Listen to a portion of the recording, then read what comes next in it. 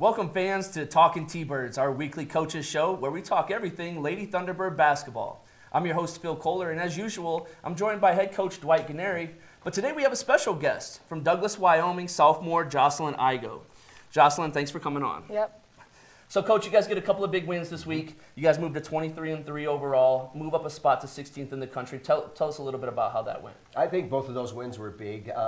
Right now our biggest concern is try to get the number 1 or number 2 seed in the North Sub-region so you can avoid the play-in game. And the win against LCCC, which was a battle, was a big road win for us. LCCC at that time had 2 losses, and then we played Northwest on Saturday, and they were just 1 game behind us. They only had the 1 loss, and so getting both of those wins really, we didn't secure anything, but it put us in a good position to maybe get a 1 or a 2 seed. Sure. And we'll get into those a little bit later. Jocelyn, I want to bring you in. The team's won 10 in a row. You're very familiar with win streaks. You come from a high school basketball program that has the longest win streak in Wyoming history. Talk a little bit about some of the similarities that you see from your program when you were at Douglas High School to where you're at in Casper College now. All right. For sure, great coaching on both those teams, but great teammates around me and hardworking, smart kids who, when we're preparing for other teams, we really get prepared and know what's coming for us. So I think those are all similarities, and being able to kind of play with a target on your back and play with pressure on you are all similar. Yeah, and I'm sure that's difficult, and I'm sure a lot of that comes with preparation, like you talked about. You're somebody that comes in shooting a higher percentage from 3, from the field, and from the free throw line this year. Talk a little bit about what your summer was like and the amount of work that you put in to get better. Yeah, driving up to Casper 3-4 times a week and working out with the coaches in Logan helped a lot, but then making sure I get shots up on my own, and that was a big goal of mine, was raising my shooting percentages, so I think I really did well with that. So obviously it works out. You're having a great season this year, and you've signed for next year. Why don't you tell everybody what your plans are for next year? I'm going to go play at the University of Wyoming next year, so that's really exciting. You get to play with a former teammate. Talk a little bit about how exciting that's going to be to play with Allison Dover. Yeah, that's one of the best parts of it, and she's still one of my best friends. We still talk every day, and we have some good chemistry on the court, so that'll be fun to get back to that. Well, and I would assume the chemistry's good. You are the all-time leader in assists in Wyoming history playing with her. You hold the record for career assists. You hold the record for assists in a season and assists in a game. Talk a little bit about how important it is for you to be able to facilitate, but also not turn the ball over. Mm-hmm. Well, yeah, those assists, it's big credit to all my teammates for that. So, but not turning the ball over is huge, and winning the turnover game in games helps you win all the games. So that's Absolutely. Yeah, definitely. Well, and Coach, that's something that you and I talk regularly about, is winning that turnover battle. Let's talk a little bit about last Wednesday. You guys play LCCC.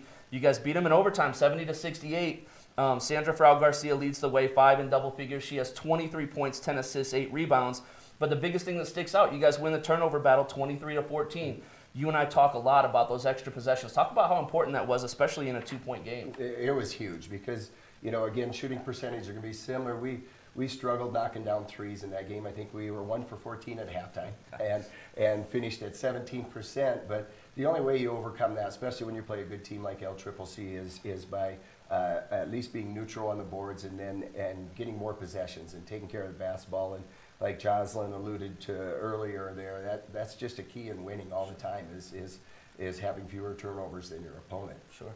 So, Jocelyn, have you had an opportunity to play at Story Gym before yesterday? Nope, not before. Story Gym. Mm-hmm. Beautiful spot. How much fun is it to get to play in games that go into overtime like that are a one-possession game where it's really competitive down the stretch? Mm-hmm. It's fun. It's stressful throughout the game, but when you come out on top, it makes it that much better.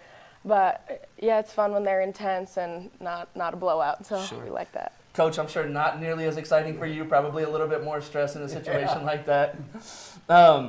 But so, Coach, you guys are able to win that game. And talk a little bit about, you've got a lot of returning players and that experience from kids that have been in a game like that before and how important that was to winning that basketball game. I do think our experience played a huge role in that.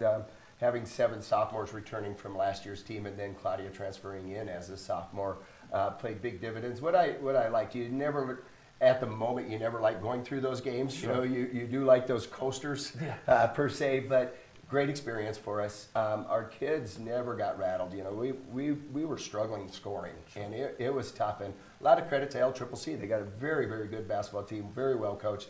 But I just loved our composure. I think our confidence was was strong all the way through, and they found a way to come get away a big road win, and probably one game where we didn't shoot as well as we hope in the future. Sure. And you talk about a big road win, but also a big road conference win. And we talk about those and how important they are with the seeding. So moving on to Saturday, things go a little bit easier for you on Saturday against Northwest. You guys beat them 85-46. You get all 11 players that scored, 5 in double figures. Jocelyn leads the way. Jocelyn, talk a little bit about what you guys were able to do to be successful, really from the opening tip-off of that game. I think it really starts with our transition game, and Sandra does such a great job from the start pushing the pace, and we had girls running the floor all game, and so I think that's something Northwest kind of struggled with, was stopping us in transition, and that's where we got out and kind of sustained that lead, was our transition. Sure. And Coach and I talked about this a little bit last week, but how much fun is it to be able to play in a system where there's so much transition?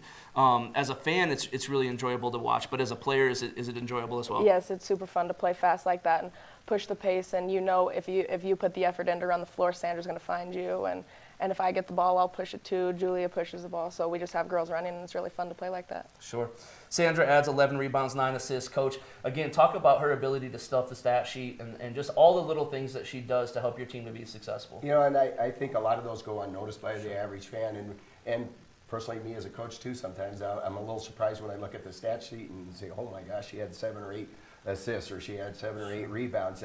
She just plays hard all the time. And getting back to a little bit what Jocelyn said about her pushing, that is a good thing. Jocelyn's great at pushing in the court, and when we have Sandra on the bench, our transition doesn't slow down a bit. So, but yeah, Sandra's stats sneak up on you, but I think if you just pay attention to how hard she's playing every possession, it's not surprising that some of those things happen. Well, and kind of back to Jocelyn's point earlier, you look at how important it is when she's doing that, but the importance of everybody else around her. When Logan Alvar's getting a block out and running the floor, when Flora's getting a block out and running the floor, it's a team effort, am I right? For sure. Yeah. Very much so. So, looking ahead this week, you guys get Central at home Wednesday at 5:30. Jocelyn, this is the third time that you guys have seen Central this year. Talk a little bit about how important it is after seeing a team multiple times where they've got a good scout on you. Talk a little bit about how you're going to make adjustments and what it really comes down to win this basketball game on Wednesday. Yeah, well, it always comes down to the turnovers and rebounding game, but they're more prepared for us, we're more prepared for them, and so it's more of just playing basketball and adjusting to the new things they throw at you and throwing new things at them. So sure. So Coach, she talks about rebounding and turnover, something that you and I talk about every single week. How nice is it to hear that your message is getting across to your players? I think, not that the message is coming from me. I just think our basketball IQ is very strong on our team, and I do think that doesn't need to be preached for me. They understand that, and that's one of the reasons why we've been successful is they understand the game a little bit further than most teams do. Absolutely. So Coach, Central coming up Wednesday, again the third time that you've seen them. Give us a couple of keys that you're looking for from your team on Wednesday. I think containing the dribble against Central is really big because they've got a couple kids that can really attack the rim, and they have some shooters too. If we have to help off too much, they can kick to their shooters. Also, they've been playing quite a bit of zone throughout the year, so we're going to have to be prepared to handle probably anywhere from 30 to 40 minutes of zone, and so I think those two things will be key on Wednesday. Absolutely. So that game's at home 5:30 on Wednesday at Swede. Always nice to play at home. Yes, very much so. Absolutely. We're getting spoiled. Yeah. So looking ahead, next Saturday, you guys get LCCC. The second time that you've seen them in 10 days. Jocelyn, I'm going to flip roles here. Coach Igo, give us a couple of keys for how you guys plan to stop LCCC this week. Well, once again, rebounding and turnovers, those are huge keys to that game. But stopping their inside game, keeping the ball out of the post while also getting to their shooters and containing their dribble. And I think a big key for us to be get going in transition. I mean, it sounds pretty spot on, Yeah. Coach. Does she have a future in coaching? Oh, no. There's no joke about that. Absolutely. We've had those side conversations Sure. already. But yeah, I do think she's got a very good future in coaching. But yeah, she's right on. I think, Spring had a great game against us. Sure. Hopefully I'm not stealing your thunder No, here a you're little not. bit, but had 28 points against us. But what Jocelyn alluded to, the tough part is we can't put all our energy into her because they have some very good shooters. I think they have 3 or 4 shooters that are over 35% from the three-point line. So they're definitely going to be a handful. Well, she's a gal that kind of came out in that game. The last 4 games she's been in double figures, but before that wasn't really playing a whole lot. How difficult is it to kind of scout somebody like that you really haven't seen a whole lot of? It is, and you can see her game developing. She's now very good at going over both shoulders, and that wasn't early in the season. You know, she's a freshman. Coach McWilliams does a great job with her entire team, but you can see the development with the spring, the post player. And so, you know, she's going to be a handful in there. She can score off the dribble a little bit. She's you know, and they did a nice job of getting the ball into her. Yeah, sure. So Saturday, 2 o'clock, again back here at the Suite against LCCC, the rematch. So Jocelyn, this week you guys have 2 home games. Talk about how much fun it is to be able to play in front of the home crowd, and especially as it starts to fill up a little bit. Mm-hmm. Yeah, it's super fun, and seeing those familiar faces in the crowd and having people cheering for you instead of against you, it's a lot of fun. So we're thankful for all the support. Sure. I'm sure getting to sleep in your own bed makes things a little bit easier, getting Definitely. up and kind of going through your normal routine a little bit. Yep. Coach, back at home for a couple here. Yeah. How important is it for us to get these fans out to these games and win these next 2? It's crucial. Like Jocelyn mentioned, it means a lot to these kids when we get a good crowd and when they get into the game. And you know, I think when our transition games go on, that's when our fans get into it and stuff like that. And I do see when our fan base is good and our fan base is energetic, I see the energy transfer into our team. So love to have as many people as we possibly can. We'll try to do our best to entertain you with some good basketball. Absolutely, and you guys always do. Yep. Wednesday, 5:30 at Sweet Erickson Gymnasium, Casper College versus Central Wyoming. Saturday at 2 o'clock, again, Casper College versus LCCC, 2 o'clock at Sweet Erickson Gymnasium. Jocelyn, appreciate you coming on. Anything you want to add for the crowd before we go?